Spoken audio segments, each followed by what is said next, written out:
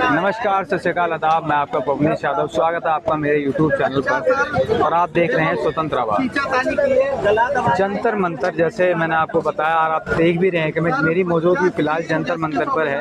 आंदोलन में ये जो आंदोलन है, नीट एग्जाम को लेकर जो ये आंदोलन हो रहा, अभिजीत दीपके ने जो कॉकरोच वर्ड को जो कैच करके जो एक आर्ट जो दिखाया है, आर्ट, ये भी एक आर्ट है कि किसी ने कोई वर्ड बोला, उस वर्ड को इस तरीके से कनेक्ट करो कि वो एक लोगों के लिए हो, और वो बिल्कुल सही डायरेक्शन था। क्योंकि आर्ट का खेल है, आर्ट जिसको अच्छे से आती होगी, माइंड की आर्ट जिसको आती होगी, वो अच्छे से कनेक्ट कर सकता है।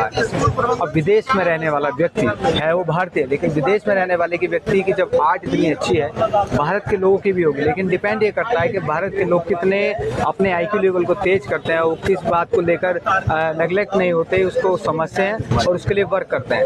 क्योंकि हमारे भारत में जो लोग हैं, जो छात्र छात्राएं हैं, जो युवा हैं, आजकल वो लोग एक पार्टियों में एक आइडियोलॉजी की जो कथाएं हैं, उनको एक विश्वास की तरह उस पर ले जा रहे हैं। तो मैं यहाँ पर मौजूद हूँ और जैसे मैंने आपको बताया, तो यहाँ आर्टों का भी खेल है। क्योंकि आर्ट जैसे हम प्रोटेस्ट में एक दिखाते हैं, जो पहले से चला आ रहा है, आर्ट में कागज़ का वो लेकर चार्ट पेपर से बोलते हैं, अपने हाथों से लिखना नाम या प्रोटेस्ट का नाम, धरने करना।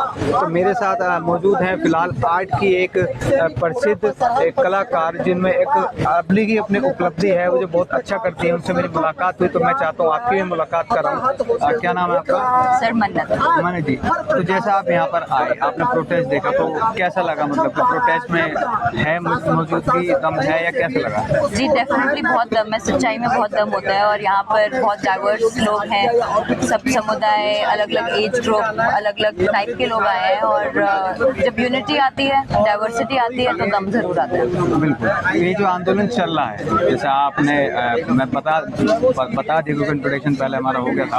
आप आर्ट में एक माहिर हैं। चाचा जी बीच में आ रहे हैं, थोड़ा सा रुक जाओगे, पीछे को हो जाओ चाचा, तुम पीछे रहना। जैसा आपने मुझे बताया कि आप आर्ट करते हैं, आर्ट में माहिर है, तो एक ये भी एक आर्ट है, जैसा भी मैंने बोला कि ये भी एक माइंड का खेल है। आर्ट डिफाइन करता है कि अलग अलग फील्ड पर आपका आर्ट किस तरीके से आप अच्छा कर सकते हो। तो जैसे जब से ये आंदोलन चल रहा है, तो आंदोलन के साथ साथ आपने भी कभी तैयारी करी होगी, या उसके बाद ये आपके मन में आएगा, तो आप इसको किस नज़रिए से देखते हैं जो पेपर लीक हो रहा है? सर पेपर लीक का तो ये है कि देखिए, it's a different topic all together for me from art, क्योंकि this is about the justice for the students who have lost their lives. जिन बच्चों ने अपनी जान गंवाई है, उसकी जस्टिस की बात हो रही है, अकाउंटेबिलिटी की बात हो रही है। ये सरकार से पूछा जाए कि अगर पेपर लीक्स हो रहे हैं तो वो क्यों हो रहे हैं और इतने फ्रीक्वेंट क्यों हो रहे हैं, राइट? बट जो ये है, जो ये एकजुट होना है, जो रेवोल्यूशन है, जो ये लोगों को एक उम्मीद देना है, वो एक आर्ट है, जैसे कि आपने भी कहा, राइट? आर्ट एक रेवोल्यूशन है मेरे हिसाब से, और तभी आर्ट को करप्ट करने की कोशिश करी जा रही है थ्रू AI, राइट? AI एक ऐसा टूल है जिससे एक इंसान के सोचने की क्षमता वो उनसे छीनना चाहते हैं। वो चाहते हैं अगर आप आर्ट बनाना चाहो तो आप AI के थ्रू बना दो, आप खुद से ना बनाओ। ऐसे क्यों कर रहे हैं? क्योंकि उनको पता है आर्ट की ताकत क्या है, उनको पता है कि इतने सारे हमने बचपन से देशभक्ति के जो गाने सुने हैं, वो बचपन में रोंगटे खड़े करते थे, तो वो कैसे होता था? वो आर्ट था, वो भी एक आर्ट ही है, वो भी एक आर्ट है। म्यूजिक इज आर्ट, लिखने वाले की कला, लिखने वाले की कला, एब्सोल्युटली। जो स्लोगन्स हैं वो आज तक चलते हैं, वो एक आर्ट है, वो एक रेवोल्यूशन है, वो लोगों को दिलों से कनेक्ट करता है। तो yes, art is revolution for sure. इस आंदोलन में अभी कुछ समय पहले कनेक्ट करने के लिए, ताकि युवाओं में, छात्र छात्रों में एक रेवोल्यूशन पैदा रहे और बढ़ता रहे, अब उनसे आंदोलन से रिलेटेड जैसे गाने होते हैं, अब भी चल लेते हो, ये एक आर्ट का है, क्योंकि यही गाने बजते हैं, क्योंकि एक बरकरार रखे, कम ना होने दे, क्योंकि इसमें टाइम लगता है, क्योंकि ये आंदोलन 1-2 समय का नहीं है, घंटे का नहीं है, जब तक चलेगा चलेगा, यहाँ रहना है, करना भी है। तो और एक और बात मैं ऐड करना चाहूंगी कि आर्ट रेवोल्यूशन इसलिए भी है क्योंकि आर्ट सोसाइटी से कुछ हटकर है। हाँ, इसलिए वो सबसे बड़ा रेवोल्यूशन है, सबसे क्योंकि वो कुछ हटकर है। आप जब आर्ट की राह पे जाते हो तो बहुत लोग हैं जिनको समझ में नहीं आता है कि आप किस तरीके से, आपका दायरा किस तरीके से चल रहा है, किस तरीके से बढ़ रहा है। मैं एक आर्टिस्ट हूँ, इसलिए मैं यहाँ पर, मेरा एक ही रीजन है कि मैं एक आर्टिस्ट हूँ, कि मेरा दिमाग उस हिसाब से खुला है through art, through like Saraswati माता की देन है, मैं ये कह सकती हूँ कि मैं यहाँ पर हूँ और मैं एकता की और सच्चाई की भावना पे विश्वास करती हूँ। हम जैसे हम बात कर रहे हैं, ये भी एक आर्ट है।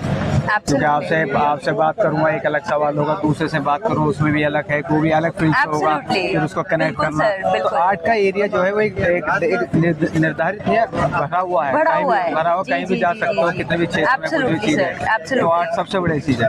अच्छा, अब जैसे एक पेपर लीक का मामला, एक सवाल होगा, ऐसे उसमें वुमेन एम्पावरमेंट भी आती है, जैसा वुमेन, तो जैसे यहाँ आपने देख रखा है कि वुमेन की भी एक उतनी भागीदारी है जितनी आंदोलन में एक पुरुष की होती है। और खास तौर से देखा गया है कि पीसी कम्युनिटी जगह था, ट्रांसजेंडर, उनकी भी भागीदारी है। टैग भी लगता है, भाई उनका लाइफ है, उनका जीवन है, वो खुद अपना आप नहीं बने, इस प्रकृति ने उनको बनाया है। सब लोग अपनी अपनी भागीदारी निभा रहे हैं, आंदोलन को मजबूत करें, क्योंकि भारत का हिस्सा है। तो पॉइंट ये आता है कि महिलाओं में जिस तरीके से यहाँ है, तो आप महिलाओं के क्या कहना चाहेंगे कि ताकि और यहाँ पर महिलाएं आएँ, जो छात्राएं वो आए, इस प्रोटेस्ट को मजबूत करें, क्योंकि कभी कभी ऐसा लगता है कि संख्या कम हो जाती है, तो उसके बारे में आप मतलब क्या कहना चाहते हैं? सो आई थिंक कि प्रोटेस्ट में धीरे धीरे रिप्रेजेंटेशन बढ़ी है। सीजेपी में पहले रिप्रेजेंटेशन नहीं थी वुमेन की, तो इससे ज़्यादा वुमेन कनेक्ट नहीं कर पाई, क्योंकि उनके द्वारा कोई रिप्रेजेंटेशन थी नहीं स्टार्टिंग। और जब भी कोई मेल लेड मूवमेंट शुरू होती है तो ऑफन टाइम्स इट्स सीन कि women are a bit on the neglected side, but धीरे धीरे आई थिंक उन्होंने भी इस चीज़ को समझा है, और I see a lot of women participation now, which is a very great thing. और ये तो मैं हमेशा से बोलती आई हूँ कि कोई भी मूवमेंट नारी एकता और नारी शक्ति के बिना अधूरी है जी। तो मैं ग्लैड हूँ कि यहाँ पर इतनी सारी मुझे प्यारी प्यारी लड़कियाँ दिख रही हैं, और सबके अंदर इतना जोश है, और देश के लिए है जो भी है।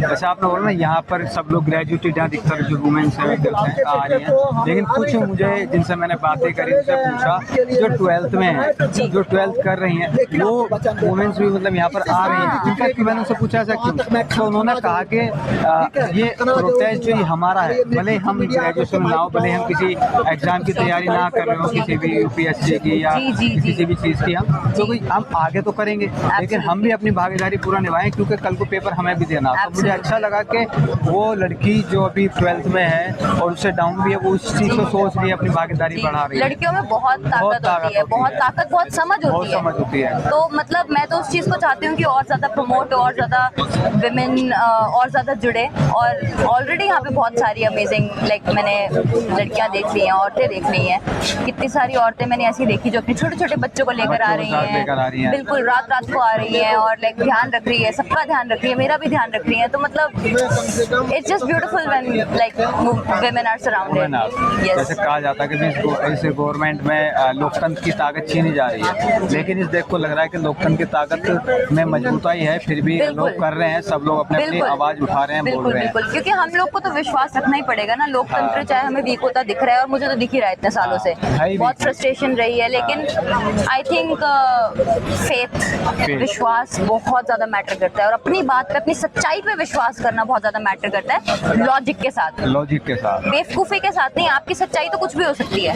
कई लोगों की सच्चाई तो ये भी है कि अब मैं इंडिया पाकिस्तान का एग्जांपल नहीं देना चाहूँगी, क्योंकि मुझे पहले ही बहुत हेट मिल गया है, इवन मैं किसी के बाप से नहीं डरती, बट मतलब कुछ लोगों की सच्चाई ये है कि एक एक इंसान, एक एक बच्चा, एक एक औरत पाकिस्तान की टेररिस्ट है। मेरी ये सोच नहीं है।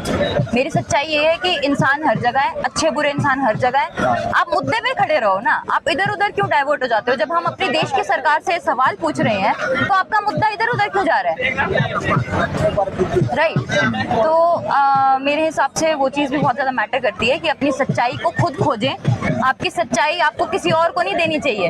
आपकी सच्चाई की खोज आप खुद करें, आप खुद अपने आप से सवाल करें, आप गवर्नमेंट से सवाल करें, और अपनी सच्चाई खोजें, जो कि, और सच्चाई का एक बहुत सुंदर एक और स्वरूप है कि सच्चाई कभी भी ना किसी गंदे इमोशन से नहीं उजागर हो सकती। लस्ट, गुस्से, इस सब से उजागर नहीं हो सकती। सच्चाई सिर्फ और सिर्फ भगवान से उजागर हो सकती है। जी बिल्कुल बिल्कुल। मतलब चाहे आप उसको भगवान मानो, चाहे आप उसको एक पॉजिटिव एनर्जी मानो, बट उसी चीज़ से उजागर हो सकती है। तो जब आप अपने स्थिर मन के साथ बैठते हैं, क्वेश्चंस करना सीखते हैं धीरे धीरे करके, तो आप सच्चाई के रास्ते पे चलते हैं और उस पर विश्वास करते हैं। अच्छा, दिल्ली की मुझे यही खासियत सबसे बढ़िया लगती है कि जब प्रोटेस्ट होता है तो सब लोग इसमें भागीदारी लेते हैं, और स्टेट के मुताबिक, क्योंकि वहाँ सब मेंस ज़्यादा आते हैं, क्योंकि वहाँ इतनी वहाँ पर वुमेन्स को जो है इतनी एक्टिव नहीं होती। आर्ट्स की बात फिर से वही आर्ट्स की शब्द आ रहा है, वो नहीं होता उनके अंदर क्रिएटिविटी, कैसे अपने आवाज़ को रखना है। कुछ लोग प्रयास भी करते हैं लेकिन वो सफल नहीं हो पाते, उनका प्रयास समर्थन बरकरार रहता है। जी, वो भी एक पेट्रियार्कल सोसाइटी की ही देन है कि वुमेन नहीं पार्टिसिपेट कर पाती। वो भी पेट्रियार्की की वजह से ही है कि अगर वुमेन पार्टिसिपेट नहीं कर पा रही है तो उसमें उनका दोष नहीं है। उनके 100 तरीके की उनको दिक्कतें पहले आ रही है, शायद उनके घर वाले नहीं उनको निकलने देंगे, शायद उनको अनसेफ लगे। मैंने खुद जब से आवाज़ उठानी शुरू करी है तो मुझे इतने रेप थ्रेट्स आ चुके हैं, मर्डर थ्रेट्स आ चुके हैं। तो मतलब मैं समझ सकती हूँ कि वुमेन क्यों, कितना टाइम मतलब मैं यहाँ पे जब से भी आ रही हूँ, मुझे 4-5 दिन हो गए हैं लगातार आ रही हूँ मैं, और फर्स्ट डे तो मतलब सुबह के 3-4 बजे तक ही यहाँ पर थी। अच्छा। तो मैंने जब आवाज़ उठाई, मेरे इंटरव्यूज़ भी आई थिंक बाहर गए, मैंने भी डाला था। और कुछ गलत नहीं बोला उसमें, बहुत मतलब लॉजिकल ही बात करी थी। अगर किसी को गलत लगी भी तो मतलब मुझे उस चीज़ से वो उनका आइडिया, वो उनकी सोच ओपिनियन है। बिल्कुल बिल्कुल। लेकिन हम जिस तरीके से सोचते हैं, बयां करते हैं, हम अपने शब्द को करेंगे। तो लेकिन उसके बलबूते पे अगर कोई मुझे मर्डर या रेप थ्रेट्स दे रहा है तो उससे उनकी सोच पता चलती है, और ये भी पता चलता है कि क्यों औरतों के लिए इतना मुश्किल है बाहर निकलना। मुश्किल है, ये बिल्कुल पॉइंट है, क्यों मुश्किल है। आपने अपनी मजबूताई को दिखाते हुए निडर रहना चाहिए, क्योंकि जो होना है वो होगा, वो कोई नहीं रोकने वाला। लेकिन अगर बोलेंगे तो कम से कम एक नारा था उसका कि जिंदा हो तो, एक पॉलिटिशियन है, महापुरुष है और नहीं रहे, तो उनका था कि जिंदा हो तो जिंदा दिखना जरूरी है। बिल्कुल, तो बोलना जरूरी है, नहीं तो नाम तो हर कोई है, जी रहा है। बिल्कुल सर, बिल्कुल बिल्कुल। तो लास्ट सवाल है आपसे वाला मेरा, कि नॉर्मली बात वार्तालाप बहुत होगी, फिर करेंगे। तो जिस तरीके से अभी प्रोटेस्ट की एक भूमिका है, और एक भूमिका में कुछ इनके वो भी हैं कि शर्तें हैं कि ये होनी बहुत ज़रूरी है। तो इनकी जो शर्त है, जो इनकी जो शर्त है वो ये है कि जो धर्मेंद्र प्रधान है उनका ये इस्तीफा चाह रहे हैं। तो क्या लगता है आपको इस्तीफा में क्या कितनी सच्चाई होगी? देखिए मतलब अगेन इस चीज़ को हम क्वेश्चन कर रहे हैं, वो चीज़ ठीक है, बट ये गवर्नमेंट ने हमको बहुत बार फेल कर दिया है। तो मुझे गवर्नमेंट पे इतना विश्वास नहीं है, लेकिन मुझे डेमोक्रेसी पे भी ज़रूर बहुत ज़्यादा विश्वास है। तो मैंने सुना था कि कुछ शफल मूवमेंट चला रहे हैं ये लोग, कुछ शफल करने का सोचे हैं इधर उधर, बट मैं चाहूँगी गवर्नमेंट सुने बच्चों को, एक प्रॉपर रेजिग्नेशन हो, एक प्रॉपर प्रोसीजर से एक लायक कैंडिडेट उस सीट पे बिठाया जाए, वो बहुत ज़रूरी रहेगा। कैंडिडेट से समस्या का समाधान हो जाएगा लगता है?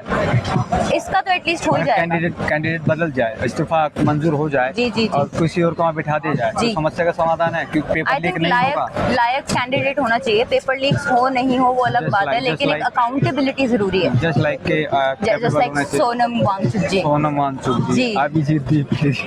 मेरे लिए सोनम अभिजीत दीपके जी के बारे में मैं इतना नहीं जानती हूँ कि वो एजुकेशन मिनिस्टर की सीट पर बैठना चाहेंगे नहीं चाहेंगे, इनका भी नहीं मुझे पता वैसे तो। लेकिन but at the same time मुझे मेरे लिए इंस्पिरेशन लाइक सोनम वांगचुक जी है। साइंटिस्ट है, एक पढ़े लिखे हैं एग्जैक्टली, और उन्होंने बहुत करा है एजुकेशन के लिए जी। साइंटिस्ट हैं, उन्होंने बहुत कुछ करा है देश के लिए, अपने लिए भी, और फिर भी देखिए अब अभी इसमें मंजूरी मिली है जेल से उन्होंने, फिर भी वो प्रोटेस्ट में आए हैं, प्रोटेस्ट से निकल कर गए थे, फिर प्रोटेस्ट में वो आए हैं। He is a very inspirational.